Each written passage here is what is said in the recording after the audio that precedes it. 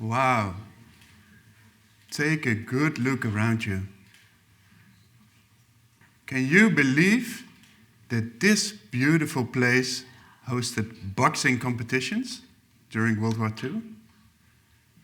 This theater is more than a century old. And apart from boxing, it has always been a house of play. Dancers, you've just seen them, actors, singers, and other artists, they all performed on this stage. The theater truly has a rich history of play. And so do you. No matter where you come from, how old you are, or in what circumstances you grew up, you played. Not just for fun, but with a cause. Your play history shaped you to grow up to the responsible, social, intelligent, emotional creature you are today. By playing, I practiced to stand, walk, and talk. I discovered how communication, imagination, and collaboration work. And I learned how to think in scenarios, how to deal with emotions, and how to understand the dynamics of a group. You certainly did so too. Until, well, do you recall what is the moment you stopped playing? I do. Play seems to have lost its value since I'm an adult. And only recently, I discovered how to reignite my playful mindset. I also learned how play can help me as a grown-up. And you know what? My play history is my guide now. The insight how my play shaped me has helped me to make my career choices and to make my work feel like play. Do you know what that means, play? Play is a voluntary activity that is usually fun and it gives positive energy. Play is more about the experience itself than it is about results. Furthermore, play has its limitations in time as well as in space. So you can be in and also out of play. Play is not per se a physical experience. It can be imaginative as well. Coming up with a poem is a playful activity, as is reading a book or watching a game of soccer. One last thing about play is that it is seemingly without purpose. However, when I look at play from an evolutionary perspective, I clearly see the value of it. Therefore, I just look at how my body developed. As a newborn, I was pretty helpless. Did you ever realize that we as humans have one of the longest periods of youth compared to other mammals?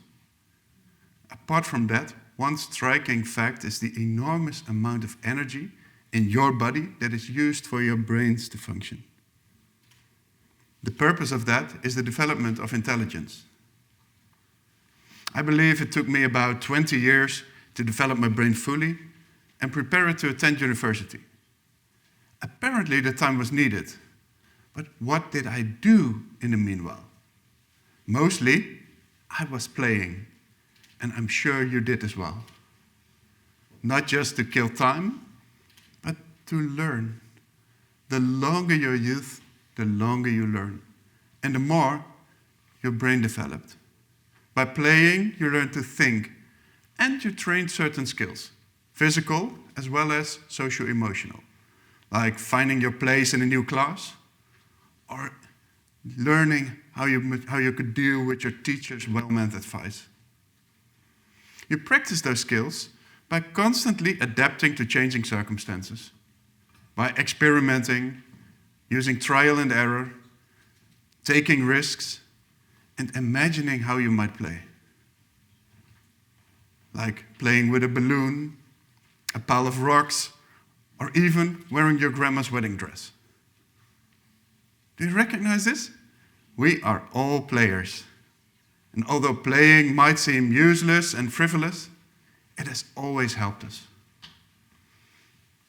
When I look at my own play history, I see this boy who used to play alone or in small groups.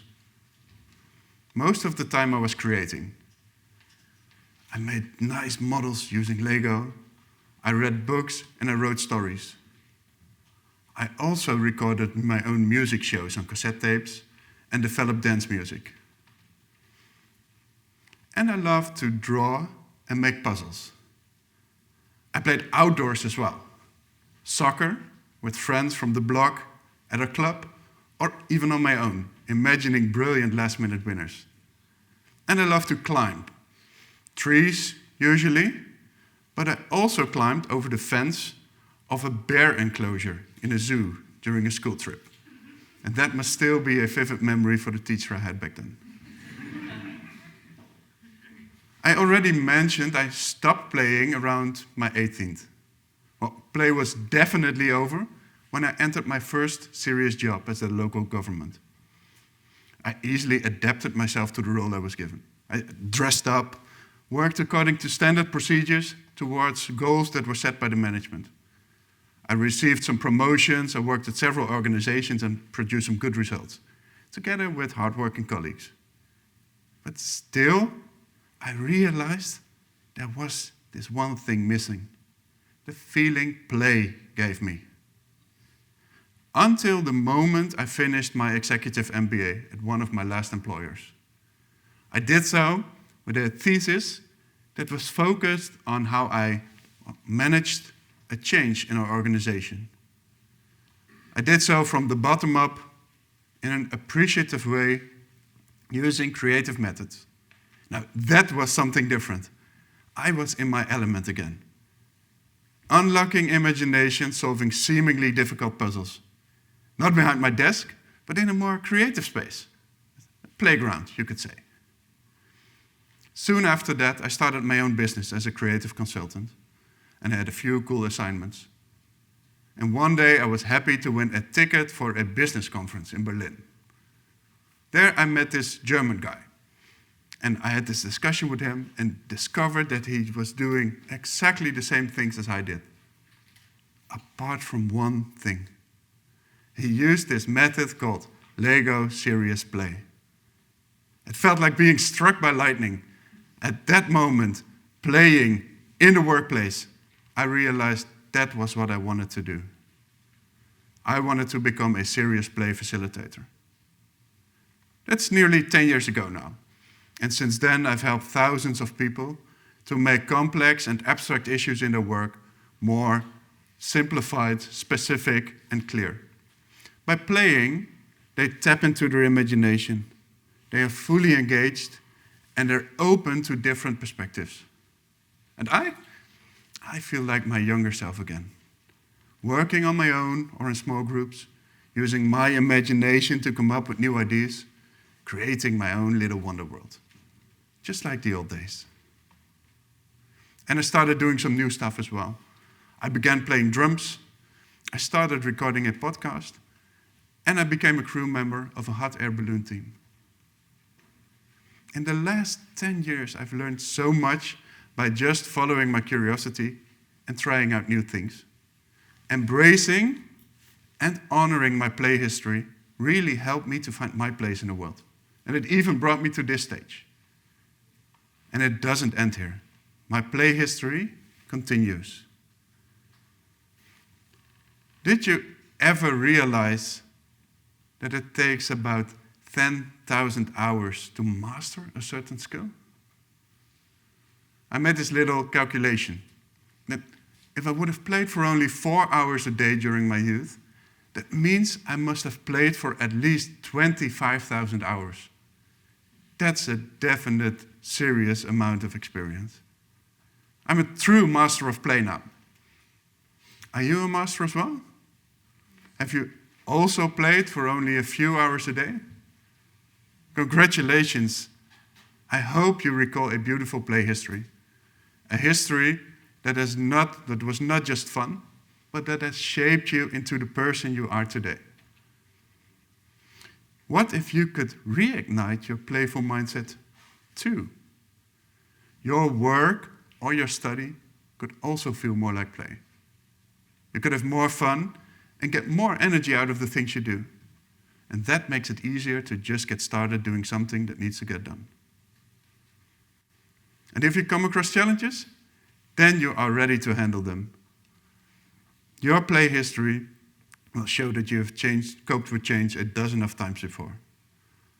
By being curious, by trying out, using your imagination and your capacity to role-play, truly empathizing with an issue and the people involved, aware of yourself and others, fully engaged and ready to try something new.